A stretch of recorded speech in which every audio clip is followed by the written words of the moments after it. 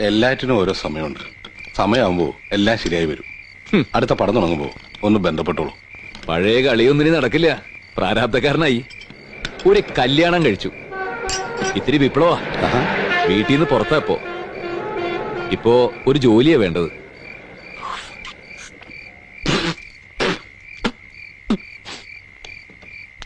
ഇപ്പൊ ഒന്ന് സ്റ്റാർട്ട് ചെയ്ത് നോക്കി.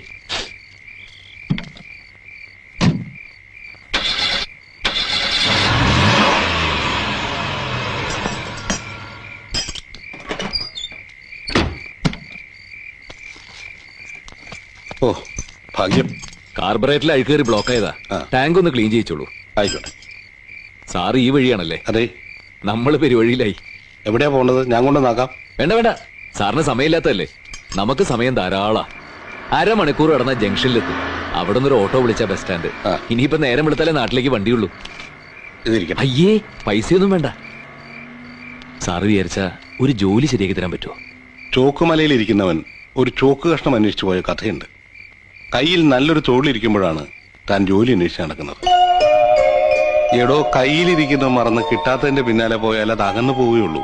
സമയമാകുമ്പോ വരേണ്ടത് വന്നിരിക്കും. വരട്ടെ, കാണാം.